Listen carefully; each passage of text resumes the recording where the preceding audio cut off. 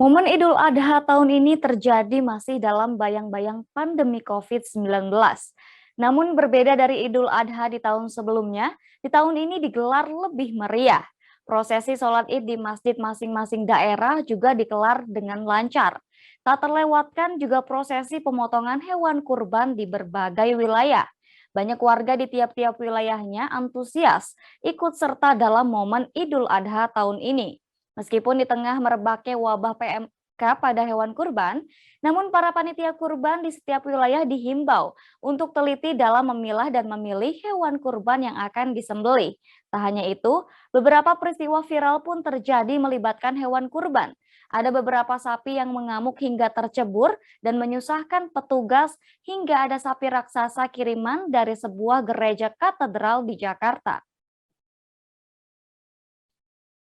Momen Hari Raya Idul Adha 1443 Hijriah di setiap wilayah selalu tidak bisa dilepas dari kejadian sapi mengamuk saat akan disembelih. Kejadian ini bahkan bisa menjadi viral di media sosial, salah satunya seperti seekor sapi yang mengamuk dan menabrak pagar hingga melukai 3 orang warga di Kabupaten Deli Serdang, Sumatera Utara. Sapi ini mengamuk saat disiapkan untuk Idul Adha di perumahan Pesona Kayangan Deli Tua, Kabupaten Deli Serdang. Saat hendak diikat, sapi lepas dan masuk ke dalam perumahan hingga mengamuk dan menabrak pagar besi.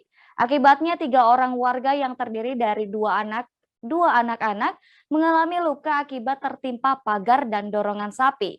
Sementara itu, seekor sapi yang tercebur di Kali Cengkareng Drain di Kembangan, Jakarta Barat mengundang perhatian warga yang melintas. Awalnya warga mengira hewan yang tercebur bukan sapi melainkan binatang buas.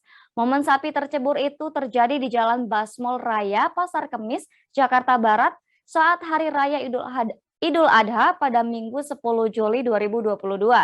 Keberadaan sejumlah petugas damkar yang berada di lokasi memperkuat dugaan warga bahwa ada binatang buas, yaitu buaya yang akan dievakuasi.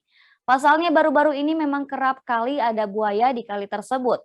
Setelah diketahui, ternyata petugas damkar sedang berupaya mengevakuasi sapi yang mengamuk dari bawah kali.